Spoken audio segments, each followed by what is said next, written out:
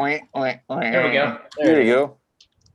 All right. Well, we're off to a great start. I'm busy typing, and we're live for Hump Hangouts. Today is the 16th of June, 2021. We're happy that you're here, and we are going to get into answering all of your questions. Looks like we got some good ones, some pretty in-depth ones today. So before we do that, though, I wanted to say hello to everyone and make a couple of quick announcements. So we're going to go around and say hello to the guys. So Marco, first of all, how are you doing on this fine Wednesday? This fine Wednesday it's raining in Costa Rica.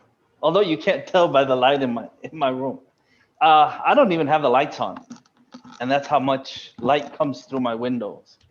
It's I don't know, but it's been raining every afternoon. Since late April, early May, and it'll go on until end of November, beginning of December, and then we will see again no rain for 4 or 5 months. You guys saw it. You've been witness to the whole ordeal, how difficult it is for me from here when it gets so cold that I have to put on a sleeved shirt, or I might have to put on socks on my feet. That's brr. Hey, I'm paying the price for the life I live. What can I say, man? Yeah, it's a tough deal. Somebody's got to do it. Somebody's got to live it, man. Cool. Well, let's see. Chris, how about you, man? Bright and sunny. I guess it's the middle of the night for you. So. Well, sun was here all day, but like it's 10 p.m. here, so like 89 Fahrenheit approximately that we had today, so quite cozy, warm. Wow. COVID is almost gone. I think there's like 150 or so like new cases or so a day, so like that's pretty good. Nice. So yeah, super happy here. Can't complain. Good deal. Bradley, how about you? How you doing today? Busy, but good. So nice. Short, sweet. Cool. Well, let's see. I'm happy. Things are nice here. It's about 70 degrees, mostly sunny. And nice. I've been working on client prospecting. So I've got a really simple, basic process of handing part of it off to a VA. And then I just have been looking at a bunch of tools. So maybe people can chime in on this, or Bradley, maybe you have, but I just started looking at seamless.ai. Mm-hmm. Yep. Leads. And so I looked at them and a couple others just to kind of consolidate what I was doing manually into a process that connects with Zapier and automates that stuff. So getting into that and working a lot more on processes. So anyways, just kind of, that's what I'm up to type of a thing. Seamless is expensive though. Don't you have to pay on an annual basis for it? I think it's I haven't done it yet. I'm just checking it out because there's a couple things I need. Like for me, I need to know since I'm doing e-commerce prospecting, I need to know if the store is built with, or that it's a store, and 2, it's built with Shopify or WooCommerce. And I haven't seen that yet. If they can't do it, then it's worthless to me. But I do like that it's a monthly, but a yearly contract. And if they can do it, what I need, then I'll be happy to sign up. Everyone else I've talked to, it was a yearly contract that started at like 5 or 6K, which for testing is not in the range of what I'm doing. Yeah. Cool. Well, let's go over a few things for everyone else, and then we'll get into the questions. Just wanted to say real quick, if you're new, thanks for watching. Leave a comment, say hello, even if you're watching the replay. We get all the comments. We appreciate it. We love when you guys let us know you're watching, or what you liked, or what you want more of. Helps us when we're answering questions to know what we maybe need to fill in the gaps or do more or less of. And also just cool to see someone saying hi. So do it, say hi. And if you're new, also we got a freebie for you with some really good training inside of it. It is free. Like I said, go to the SEO Shield. That's the word, the SEOshield.com. Find out how to shield your site. You'll also learn about what the heck this thing is called the SEO Shield. And never having to worry about algorithm updates again. So again, that's free training. Hop over there, grab it. It's very, very good training for what you're paying for it. So I would say that the return on investment is basically infinite since you're not having to pay for it. It's a good ROI. Now, if you followed us or Semantic Mastery, you have probably heard about Syndication Academy. So if you're looking for ways to easily syndicate your content, whether it's your own projects, whether it's for clients, because you want that authority, you want that relevance, you want that trust, then you should be in the Syndication Academy. You can find out more about that at syndication.academy. And last but not least, if you're ready to grow your digital marketing business or your brick and mortar business and you're really trying to figure some of this stuff out yourself, then joining an experienced community is definitely the way to go. That's where the mastermind comes in handy. And you can find out more about that at mastermind.semanticmastery.com. Okay, for those of you who are super into geeking out on the technical SEO stuff, then that's the Heavy Hitters Club. All right, and that's heavyhitter.club. Go check it out there. And I mentioned the SEO Shield at the beginning of this. We've got the SEO Shield, we've got syndication networks, we've got link building packages, press releases, all of that at mgyb.co. All right, for your done for you services. You'll hear us time and time again preaching it. It's because it's what we do. You know, you make these processes, you figure it out, and maybe you're at the beginning and you have more time than money. But as soon as you start bringing in clients, as soon as you start bringing in revenue from projects, you need to switch that around, start reinvesting and getting this stuff done for you, right? So we white label all of this so you can turn around and resell it to clients. We order from ourselves. I'm trying to think, what was that hair commercial you guys way back in the day? Like, I'm not only the president, I'm also a member or something. I'm also a client. Yeah, that was the hair club for men, I think. Yeah. Yeah. Anyway, so bad analogy, but you know, we drink our own Kool-Aid. So go check that out at mgyb.co. All right. Yeah. I resent mentions of hair club. It didn't work. I resemble that It remark. didn't fucking work. We sell results, not hair. So don't pay attention to anyone's hair here. Yeah, I'm losing mine too, so it must be something in the water or age. Maybe that's it. Oh man. Well, anything else, guys, before we jump into questions? Do it. Cool. All right, let me grab the screen. Stand by one moment. Okay.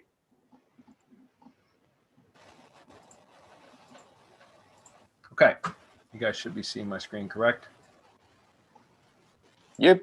Got it. All right, stand by 1 minute. I've got things in the background that close. All right, there we go. Okay, so it looks like Wahid is first again, which is awesome. What's up, man? He says, unless this was answered last week, which I don't remember it. So according to you, which is the best lead gen tool for GMB services? Did we talk about that last week? It seems vaguely familiar. If not, let's chat about it again. Yeah. Anyway. So Wahid, I'm not sure what you mean your lead gen tool for GMB services. Are you meaning like the best tool for finding leads that you could pitch GMB services to? Is that what you're talking about? If so, I mean, I mentioned this, I think the last couple of weeks in a row, actually, but for the longest time I was using, like, if you're talking about like a lead scraper, I was using D7 Lead Finder for quite some time for when I'm doing a lot of like mass scraping, because if you have the D7 Lead Finder, like the enterprise account or whatever, it's the highest subscription level. It used to only be $99 a month, but I think now it's like $119 or $129 a month. But you can scrape leads for a singular keyword, but like, or service essentially, but up to 100 cities at a time. And so that works really, really good for, so it's a bulk search or bulk scrape. And that works great for like, if you are in a single industry, like I am, and you want to search, like what I would do is go in and build out state lists of contractors, tree contractors in each state. And so with whatever that top level subscription is, I could go in and put tree service as the keyword, and then I could just paste in a list of the top, of 100 cities in each state. Or what I would do is I would download population data from each state, and then I would just select cities that had 20,000 population or above, or, higher. And so a lot of times I'd end up with, 60, 70, 80 cities within a state, except for Florida, which had like 290 or 260 some, was that whatever. It was like, Florida's ridiculous, man. There's a lot of damn people in Florida, but so if that's what you're talking about, D7 Lead Finder is really good if you're doing a lot of bulk scraping. If you're doing much more targeted scraping, recently I've been using this, which is called TextAU or AU, which I think stands for technical automation or something like that. But TextAU right there, they have they used to have a lifetime lifetime deal, but I don't know if they still do. But this is a very, very powerful app because it will do a lot of different types of scraping, different platforms. You can push data to different things like Google Sheets, or connects to, I think, Zapier, and will do things there too. It just does all kinds of really cool things. So you can actually create your own kind of scraping recipes or workflow through TextAU. which is pretty cool. So I've been using this more recently. I like it a lot. I bought several of the AppSumo codes when it was on AppSumo. But again, it's if that's what you're talking about, I don't know that that was fully what you were asking. Let's see if there was a clarification. I don't see one. So I'll move on. Does anybody else have another interpretation of that question? No, I don't, and I wouldn't be able to answer it because I don't actively search for clients. Okay. Okay. All right. Moving on. Next one is Jared. Jared says, hey guys, I have a query about your SEO PowerShield product and best practices for using it. I bought 3 PowerShields for my GMBs and website. Okay. I'm not sure if it's all the same brand. You didn't need 3 PowerShields. You only needed 1. Because the way your question is worded, it sounds like you have 3 GMBs but 1 website. If that's the case, then it's recommended to use a PowerShield for the brand and then separate location shields or RYS expansions, but just go with location shields now for any additional locations. Does that make sense? So like, for example, if you have 1 brand with 3 locations, then you would have the SEO PowerShield should be what you order for the brand. And then you would have a location shield for each GMB location, unless you've got, like, for example, which a lot of the times multi-location brands do, is they'll have 1 location tied to the main, like the root of the site itself. So like there will be 1 primary location and then additional locations, in which case you could have the SEO PowerShield for the brand plus the primary location, right? And then separate location shields for the other 2, if in the example that I just gave. So anyways, that's that. Hopefully you didn't have 3 PowerShields, because you don't, that kind of, you can create some issues there because you're trying to have 1 branded stack in G Site. Marco, do you want to kind of take over on that for a minute? Because I know you might have a better explanation than I do. He says GMBs plural and website 1. So I'm thinking he's got multiple locations, but 1 website. It's 1 SEO shield, 1 SEO PowerShield, and the other, what you would do with the others is create locations. Right. Except, as you said, if he has 1 main location, which is perfectly fine to make the corporate headquarters. But no, do not use 1 PowerShield per location. Yeah. Because that's going to create ambiguity with the entity. I'll be told, you're going to tell Google that it's 3 different companies. Yeah. And you don't want to do that. You want to bring everything under 1 banner. Schema is really good to tie all this together. How you bring those locations as children of the parent location or as children of the brand. Always, guys, when you're doing this, I'm going to talk in general now. When you're doing this, think of your brand and how you want to express your brand, how you want your brand to look on the web. You don't want someone thinking that there are 3 different brands in 3 different locations, unless it's a franchise. If it's 3 different franchises, then yes, it calls for it with 3 different franchisees. Then you could get away with doing that. But this, you never want to do something like this, where you're doing 3 locations and 3 PowerShields, because that would be for 3 brands. Yeah. We're not trying to do that. Bring everything together under 1 entity which represents the 3 locations. Even if you have different DBAs, as long as it's the same vertical, you could bring them in under 1 umbrella, which is whatever service it is that you provide. So think about that. Then you think about niche, you think about the different locations, and you begin creating the necessary associations. But no, not like this. And I suggest that you write to support at mgyb.co until you can get back to them, or to, man, how do we do this? Because this has to be corrected. We can't do 3. Yeah, this needs to be corrected. And just to clarify, Marco, he does say each location has a different GMB and a different URL location address, but it's tied to the same main URL. So that's exactly the case. It's 1 brand. You don't want to do that. 3 locations. So we need to correct that somehow. But yeah, just to clarify, it should be 1. And I just want to show this so you guys understand, like the SEO PowerShield should be for the overall brand.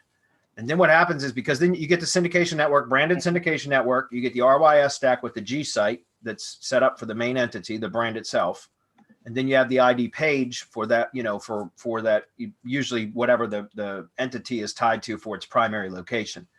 Then what you do for multi-location businesses is for each subsequent location, you would order an SEO location shield, because what you end up doing is, and you specify when you order the location shield, you put your login details in the order form that was given to you for your DriveStack account, essentially your DriveStack and G-Site account. There's a section in the order form that says, you know, if you had a previously built stack in G-Site, what are the login details for that? And you would put those in there so that the build team and MGYB can go back into that Google account and add pages to your G-Site for the location, each, you know, separate location for each location shield, essentially.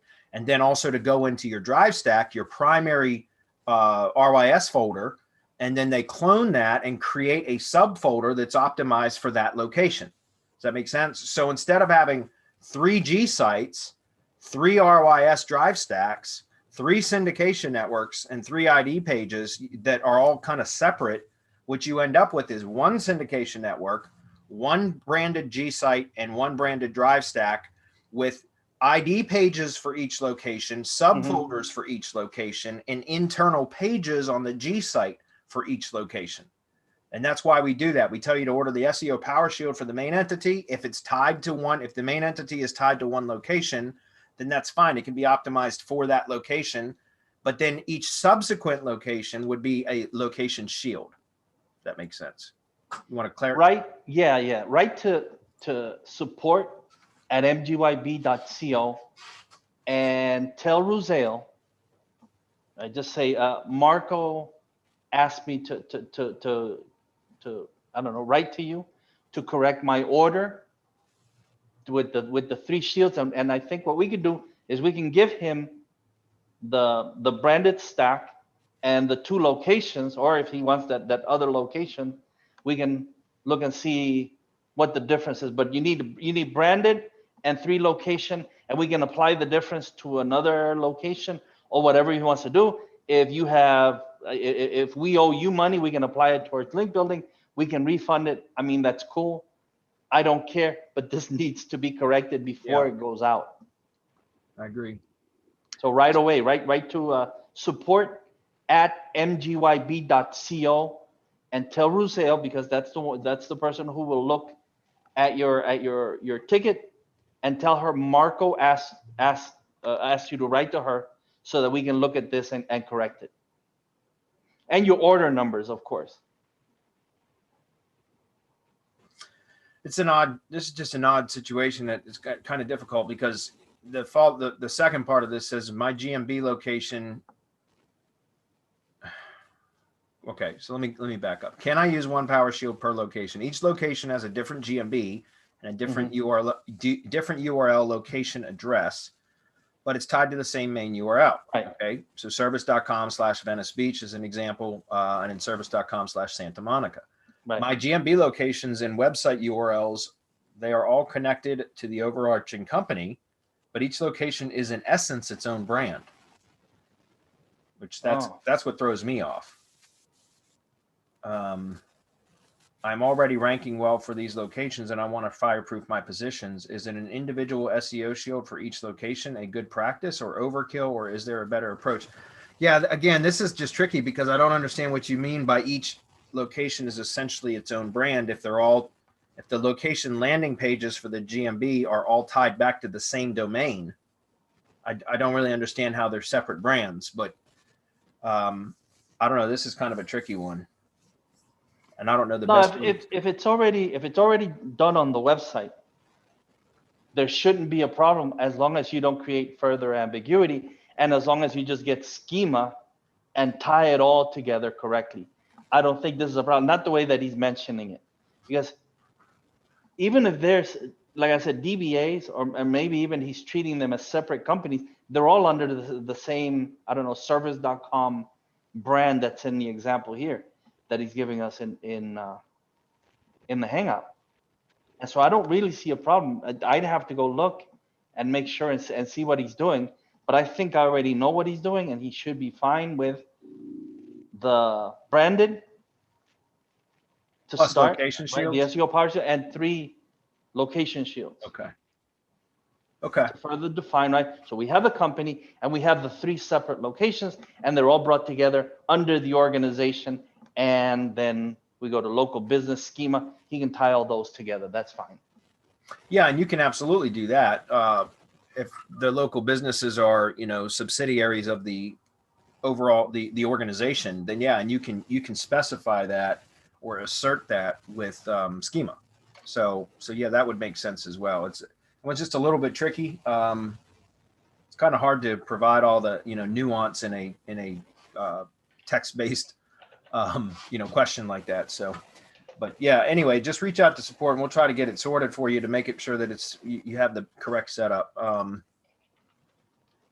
Okay, we're going to move on. Gregory says, hey crew, I'm looking to migrate a client away from GoDaddy. Oh my God. Yes, please do at your earliest convenience. If I change domain registrar to another registrar, will it hurt rankings? No, I've never had it have any effect on rankings at all. Not the registrar. You, Marco? No. No. The hosting and DNS will all be the same. Just the domain will be moved from GoDaddy to Namecheap. Oh, so you're just migrating the domain, not the hosting. Okay. Well, I'd still get out of GoDaddy no matter what, but definitely if you're using GoDaddy hosting, get the hell out of there. but I don't like GoDaddy for domains either. So switching the domain name registrar shouldn't have anything to do with anything. You're Yeah. gonna have the same name servers. You're gonna have the same IPs, probably the same everything. So nothing to worry about. Yeah, there shouldn't be anything to worry about there. I have seen ranking affect. I've seen changing hosts affect ranking though, and it's usually going from a cheap, shitty host to a much better one. Usually has a very positive effect on ranking. It's not always the case, but I've seen movement from that. So. All right, Jim's up. Jim, what's up, man? He says, what's up, SM gang? I have 2 questions about service area business listings. I have a client that has a hidden address, residential address, now that mailbox services are no longer allowed on their Google My Business listing. The business model requires a lot of packages to be sent to and from their UPS store mailbox address. Example, non-local clients pay online and ship items to the mailbox for repairs. Okay, would it cause inconsistency issues if the mailbox address was used in their citations and on their website? When using maps to localize their business, should the center of the city be used as the destination address? This is another tricky one. All right, I have to read through this again, guys. I have a client that has a hidden address, residential address. Okay, I get that. So they're set up as a service area business is what you're telling me, right? Their business model requires a lot of packages to be sent to and from their UPS store mailbox address. Would it cause inconsistency issues if the mailbox address was used in their citations and on their website? Well, I wouldn't use it in their citations because that's not where the business is located. You can put the address on the website as long as you designate or specify the fact that it's the mailing address. You can have a separate physical address and a mailing address. Does that make sense? And I think I haven't had to do this yet, but I think you can actually specify that in schema, can't you, Marco? Yeah. Yeah, you can have postal address and then like a physical location. I don't remember what I usually just use the postal address type, schema type for the physical location of the business, because that's just the way that I typically do it. But I believe that there's postal address and then there's some other type of designation in schema for like the actual physical location. So, that's something I would do because I don't know. I mean, I would not use the postal address, the mailing address for citations if that's not what the GMB physical location is tied to, because then you're going to cause NAP issues, data inconsistency that can actually hurt your maps rankings. Does that make sense? You want to try to clarify on that at all? No, I mean, that's what I get from it. And you will cause inconsistency issues if you go change, especially since Google has you tied to, I mean, Google knows the centroid. Yeah. Wherever you are, you submitted the address when you start, you just told Google to hide the address.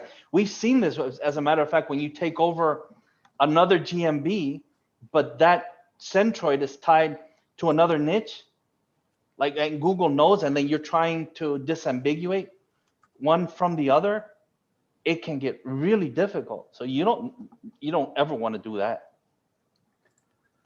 Yeah, because like here's the thing, like this, I'm just trying to show you something here. Right here, there's coordinates in the URL. Mm-hmm. And, you know, I've had people ask me, well, how come the coordinates in my GMB map URL, so the coordinates that are in the actual URL, don't jive with where my business is located? And the reason why is because on service area businesses, and this is what my understanding is, I don't have any definitive, like I never found this anywhere. I just kind of discovered this on my own. But if we're going to go to like latlong.net, for example, I think it's latlong.net. Yes, this is it. All right, so you guys see, like I've got United States set up as a service area for Big Bamboo Marketing, right? Does that make sense? So, but I'm located in Culpeper. My GMB is located to an address in Culpeper. But what I'm trying to show you is if we click in here, if we take these latitude and longitude coordinates that is in the Google Map URL and we click find, shit, maybe I have to do it the other way. Yeah, there's a reverse tool somewhere that does this. But what I was trying to demonstrate here without spending a lot of time on it is that these coordinates right here are going to be right in the center around here somewhere. If I find the correct tool, I could actually do it. There's got to be a fucking Reverse IP.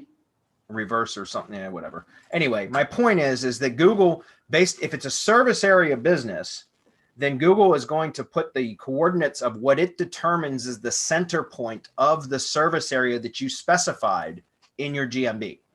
That's going to be the coordinates that show in your URL, the GMB map URL. Does that make sense? So it's not the coordinates of the location; it's what it considers the center of your specified service area.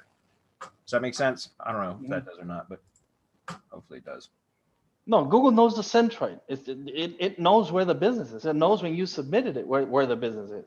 Right, right, and that's what I mean. That's why I was getting at that was because I told Google when I set up the Google My Business profile, right, and I had to verify it where the business is physically located. That does not coincide with what Google shows as the coordinate in the map URL. It's way, way off in this case because I have a very large service area, the United States. Mm-hmm. Even with like clients, for example, that have, you know, like let's just say it's just in a citywide service area, right, for just one city. Well, they might be like on the far east side of the, or whatever, the far east, far west side of the city, one side of the other, and that's where they're physically located. But the coordinates within their map URL as a service area business are going to show the center of that city or close to it if that was the only service area that was selected.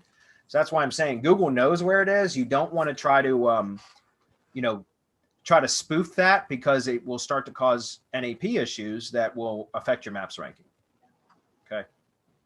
Yep. So, see, when using maps to localize their business, should the center of the city be used as the destination address? No. Again, the destination would be where, like, localize their business. It depends on what you're trying to do. Again, if you're just telling people like what the mailing addresses of the mail store, then that's, you know, just make sure you specify that very clearly that that's the mailing address. As far as like, if you got a service area business, that's something here's like, for example, if you're generating driving directions for a service area business to try to create local relevancy, then you can create driving directions from the coordinates of where your location really truly is if you wanted to. But if you don't want to give away like through the driving directions itself, like what, because you can put the address in for driving directions, or you can put coordinates in, which is what I typically will do is put in coordinates so that the driving directions map doesn't actually show the address. Of course, anybody that spent a moment just looking, they could figure out what that address is. But it shows in the driving directions from a coordinate as opposed to an actual listed address, if that makes sense. But you can, if you don't want to do that even because you want to hide the actual location, then you could just select a coordinate from city center of your service area and use that as your driving directions to the various parts that you're trying to expand into, like the other, you know, locations where you're driving. So you're driving from the business to the location. And for service area businesses, that's typically how I will do driving directions, right? If it's a storefront, then you do driving directions from the areas that you want to expand the maps coverage into back to the location, which is, because your customers come to that location. So just for service area businesses, like I said, you can either use the coordinates and create and I'm just using that as an example, but to create driving directions from the coordinates of where the business is located. So you're not showing the address. But if that is something you still don't want to even do that, then you can find the city center coordinates for that area and use those as the driving directions from that location to the areas that you want to expand the maps coverage into. Hopefully that makes sense. I don't know. I probably just muddied it all up. So I think we're going to move on. If there's any clarification, Jim, that you can add to that, we're happy to try to give you a better answer. Sean says, hey guys, I have a dentist client with an SEO shield in the syndication network ranking on page 1 for the past couple of years. He is moving his clinic to a new location in the same city. I think this will cause NAP inconsistency since there are dozens of press releases that cannot be edited and years worth of GMB posts and drive files, which are not realistic to edit the NAP on them. Is it best to get a fresh domain and buy a new SEO shield and new syndication network and 301 the existing domain to it? How about the tier 1 social profiles? Can we keep them, or do we need to create new ones, or just edit them to update the domain they point to will hurt his 301 juice? Well, that's another tricky one, because if it's the same brand name and it's the same it's the same brand, it's probably going to be the same phone number because they stayed in the same city. So the only thing that's really going to change is going to be the physical location. And that's okay. I've actually, and I'm not telling you guys that this is always going to be the case, but I've had a handful of clients over the years that have done precisely what you're talking about, where they've just moved locations within the same city. So their physical address changed, but nothing else did. Phone number stayed the same, brand name stayed the same, website URL stayed the same. And if that's the case, then I've had on several occasions when I've actually done that, or had clients that have done that, we didn't lose rankings. And I'm not sure why that is, except for, I always go to Loganix for citation cleanup. If you go to semanticmastery.com/Loganix, so LOGANIX. In fact, I'll just show you what I'm talking about. But I've actually had that happen where it has not caused any problems. Stand by, guys. If it's in the same city, and I don't know why, maybe it's just because I've always done this, which is to get the citation cleanup service from Loganix, okay? Or Loganix, I'm not sure how you pronounce that, but where the hell is the services? Let's try this again. They have a citation cleanup service here, guys. This is what I'm getting at. Okay, citation cleanup right here. It's $500.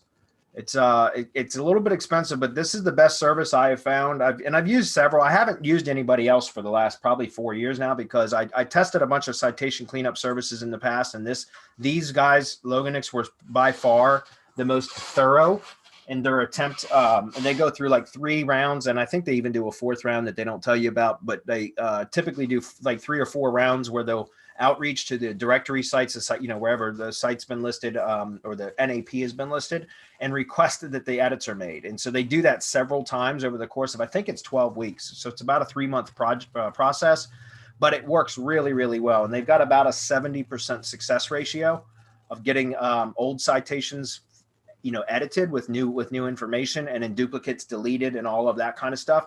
So I would highly encourage you to use them for that project specifically. Charge your client for it, by the way. And if you sign up as an affiliate for Loganix, then you can not only charge your client, but you can purchase it through your affiliate link, so that you end up with I think it's a 10% kickback as well. So, again, I would recommend that you use a service like this for what you're trying to do. But I don't know, Marco, what your opinion is, but I wouldn't go out and rebuild like a brand new SEO shield and everything. I would hire a VA to have them go through and edit it all. What would you do? Exactly. You got to go edit it. You don't want to lose all that power, because you have to redo whatever it was that you did to get everything going the way that it is. It doesn't make sense. Yeah. Yeah, I mean, that's a tough call. That's something that, I've got a VA that does that kind of stuff for me whenever we have to do like a lot of for example, I had ordered a bunch of social just to basically secure the name, the username. I bought like hundreds of social profiles for one of my projects, and I decided to change the name after I'd ordered them. Like just the format of the name. The name stayed the same, but the formatting changed. And so I ended up having my VA, like I just handed them the list, and I was like, I'm no rush on this, but just over the course of the next month, I'd like to have all of these edited to change the formatting of the name to the way that I want it. And it was a real pain in the ass, but he got it done. So that might be something that you can do. You can find a VA that you can pay, a few bucks an hour to do that, and just have them go through it and do it.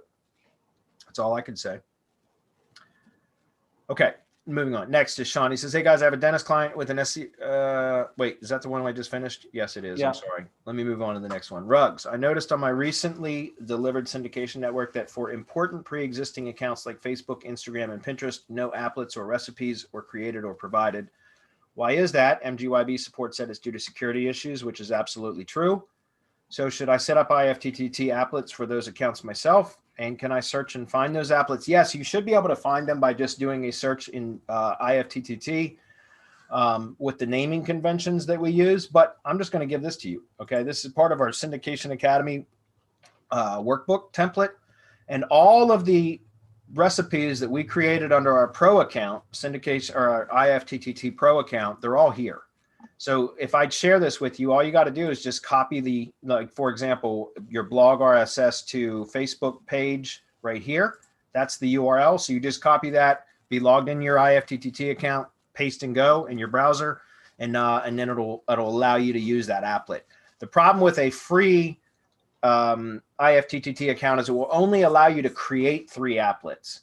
You can use as many pre-created as, at least I don't think there's a limit. I think you can use as many pre-created applets as you want, but you're only allowed to create 3 yourself. So that's why I would suggest that instead of creating any, just use ours. And that's what this is for. So I'm going to grab this URL.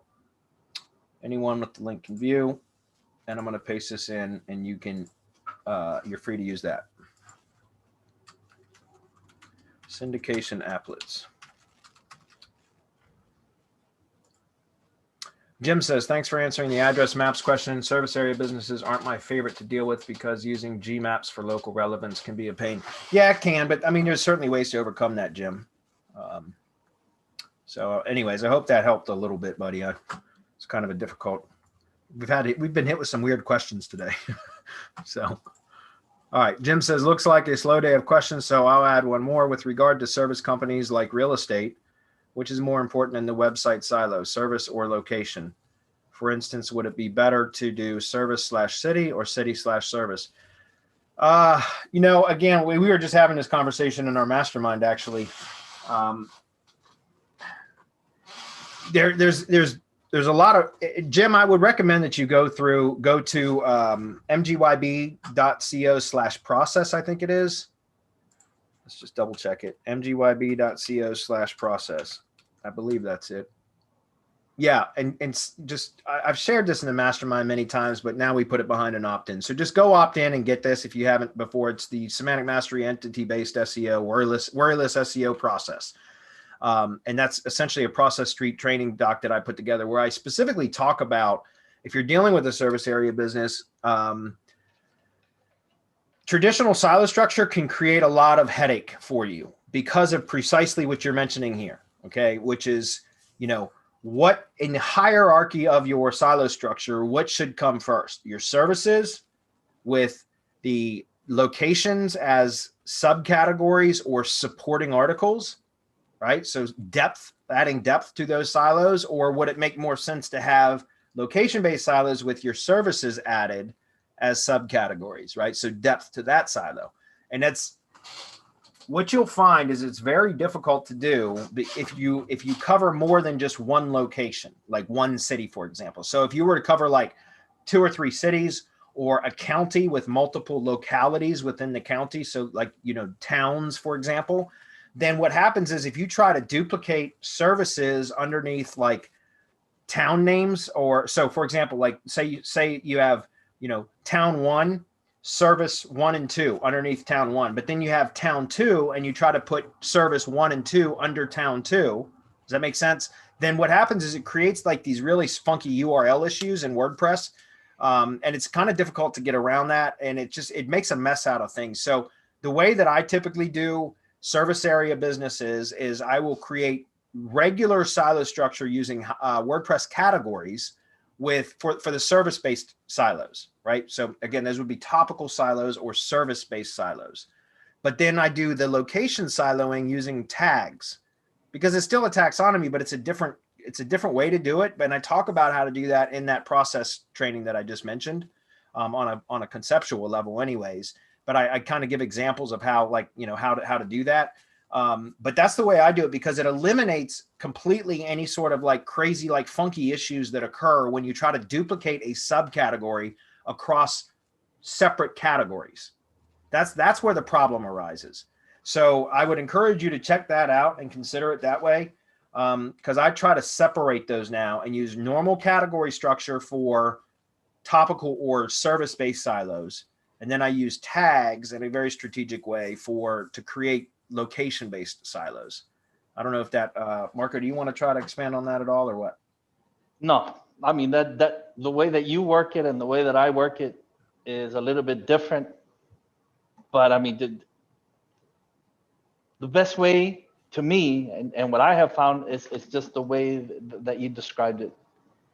Because you can get into it's just those URLs in WordPress. You can get into such a mess. Yes. When you're trying to set it all up, that just to avoid all that, just separate them. Yeah, right? Just keep it. I agree. That's exactly how you do it. How you solve it then is really up to you. But I mean, we have training on it. Jim, join the mastermind, join the heavy hitter club. Yeah. You're in here a lot asking these types of questions. You can benefit a whole lot from joining us in the mastermind and in the heavy hitter to get more in-depth questions where we can give them to you. I agree.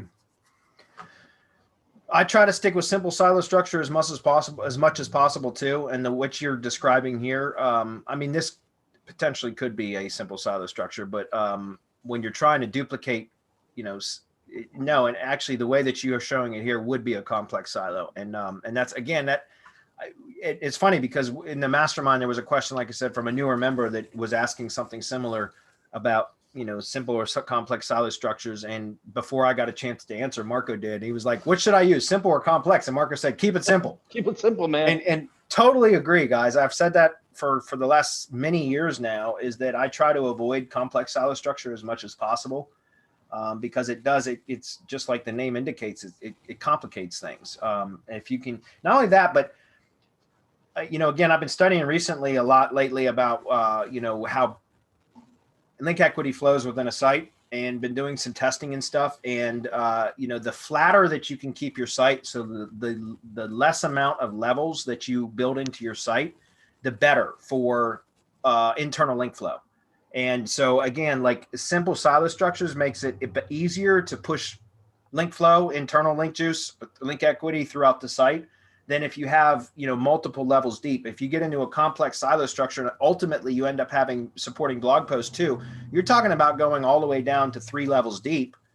And that can create, unless you really know what you're doing with your internal linking structure, you can end up, losing potential with, link equity through those posts and things that can end up becoming orphaned and that kind of stuff. So whenever possible, try to use simple silo structure is what I'm saying. It'll make your life easier. And it also, in my opinion, unless you really know what you're doing, it's going to make your site stronger too, as a more shallow site, if that makes sense. Would you agree? Absolutely. Keep it as simple as possible. You could, all right. So it keeps it's shallow in a sense, but you can always add topical depth through the post, right? Right. Even if it's simple, as much as you want, or as much as it takes to get all of the relevance that's needed for the entity to become the best entity in the niche, which is what we're after. Sweet, right on. So the next question is Risa.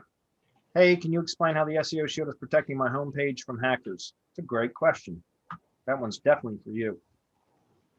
I don't know that it protects from hackers. It protects from SEO, negative SEO to a degree. So No, we've never said that it, or at least I haven't, that it can protect from hackers ever, because that's not what it does. The SEO Shield protects your website from all of the negative aspects of Google's building. algorithm. Yeah. That's a, whether it's link building, whether, I mean, whatever issues you could run into on the negative, whatever negative variables the algorithm is looking for, we don't feed the bot negative variables. We try to keep focus on all of the negative aspects of the algorithm and trigger those. And at some point, they even overcome some of the negative aspects of the algorithm. And at the same time, we keep our money site pristine, meaning that we don't ever build the really spammy bullshit links to the money site. We keep it at the tier 1 level, which includes your G site and your Drive stack and all of your T1 branded properties, because they can handle the link building and they can power up over time. And you'll see with your blog posts how they start working better over time. But also to deliver all of that power from tier 1 to the money site. That's how we protect it.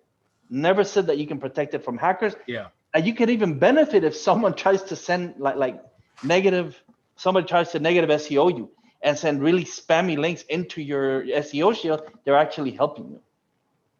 Yeah, that's interesting. I just had a client that I just discovered they got negative SEO'd again, but the negative SEO didn't know what they were doing because they hit them with a whole bunch of .ru. They're all Russian domains, but the anchor text was all over the board, and it was like it was just random anchor text stuff. It was like they were English words, but they were just random, groups of words, sometimes 2-3 words, but like nothing that was like consistent. It was weird. It wasn't like pornography. Like it wasn't smutty words. This is the same client that 7 years, they've been a client of mine for 7 or 8 years. When they hired me whenever they first hired me, which was 7 or 8 years ago, I did an audit on their site and they had been hit with a whole bunch of negative SEO links that were all porn related. Like the anchor texts were all, really awful things that you wouldn't want to repeat in front of women and that, in front of your mom, that kind of stuff. You know what I'm saying? And I disavowed all those links way back then. And it was fine, but I don't now, for whatever reason, in February of this year, which is when I actually went through and did a full link audit on everything. And in February of this year, they got hit with a bunch of Russian domains. There was 39 different backlinks coming from 39 Russian domains to this site. But it was weird because, like I said, they were all just odd, random type anchor texts. And so I don't know if it negatively hurt the site or not. I didn't see any drop or anything like that, but I still disavowed all of those this week. I just did that on, I think, Monday. So it's just interesting to see that. But the reason I started telling you that was because I had another project that I had somebody negative SEO, and they did something like, it was tens of thousands of backlinks, but they were all no follow with exact match anchor text. And guess what? I ranked #1 for that exact match keyword. There were 100% no follow, but exact match anchor text. And I was ranked, and it literally helped me. And I thought that was funny. So, okay, moving on. Rugs is the last one. And I guess we'll wrap it up. Guys, if you have any other questions, go ahead and post them now. We've got about 10 minutes left, but we can wrap up early if we need to. Rug says, is it better to just post the syndication or just use the syndication network for YouTube, or to just put a video and a blog post for normal syndication? If so, is it best to add text to make a legit post with proper SEO regarding the video content? Yeah. Okay. So, and this is a question that comes up fairly often, actually. What I recommend is if your primary marketing or whatever what you're trying to do is mostly YouTube stuff, then, the YouTube, the syndication network should be triggered by the YouTube channel. Okay. But if you have a corresponding or an associated website, companion website, there's a number of names for it. If you have an associated website that is branded as well, right, for the same brand as the YouTube channel, then you can also post to your WordPress site or whatever type of site it is, as long as it has an RSS feed, and it can trigger the syndication network, the branded syndication network. Where you can create problems, and I've done this in the past and had syndication network properties suspended or terminated for spam because of this, if you are using, if YouTube is your primary, you know, content distribution engine, right? If you're using YouTube primarily for content, then, and you're triggering your syndication network, and then you just take the video and the videos and create basically blog posts, and there's automated tools that will do this, right? That will, every time you publish a WordPress, or excuse me, a video to your YouTube channel, will automatically publish it to your WordPress site, which then can automatically publish to your syndication network. If you do that and you don't change anything, then for example, the post title is going to be the same as the YouTube video title. And if the post body is just the YouTube embed, then what happens is on the syndication network properties, when things are republished there, you've got your YouTube channel publishing to it. And then you have your WordPress site, or your self-hosted money site is posting basically the same post, right? It's from a different source, but it's the same title. It's the same content because it's just an embed. And so what happens is it looks like duplicate posts. And every time you publish a new video, you get basically 2 posts on your Blogger, Tumblr, WordPress. Those are the 3 that you know I typically care about for this kind of a thing. And so you can end up having them terminated. So you can still trigger both. There's no question you can do that. But what I would suggest doing is have the YouTube automatically trigger your syndication network if YouTube, again, is your primary you know, content source. And then you go create blog posts on your money site, your corresponding site, with a slightly different title, right? More of a conversational type title, which blog posts typically have. Then you can embed the video, but add some additional content. A couple of paragraphs is all you need. For example, here's a great strategy, by the way, is have your videos, if there's any speech in the videos, have it transcribed and just use the transcription as the body text. So that, again, you've got different titles. You've still got 2 of the same videos being posted to your syndication network, but the blog post version of it now also has additional text-based content. Again, a good source for that is if there's speech in the videos, just use a transcript. That tends to work quite well. So does that make sense? Because now basically those 2 posts are going to look unique. They're going to be unique. They're not just look unique. They are unique. And so that's how you can avoid getting your properties terminated for spam. I don't see any other questions coming in. Anybody else want to cover anything, or are we good? I think we're good. Beautiful. All right. Well, thanks everybody for being here. We will see you guys next week. Yep.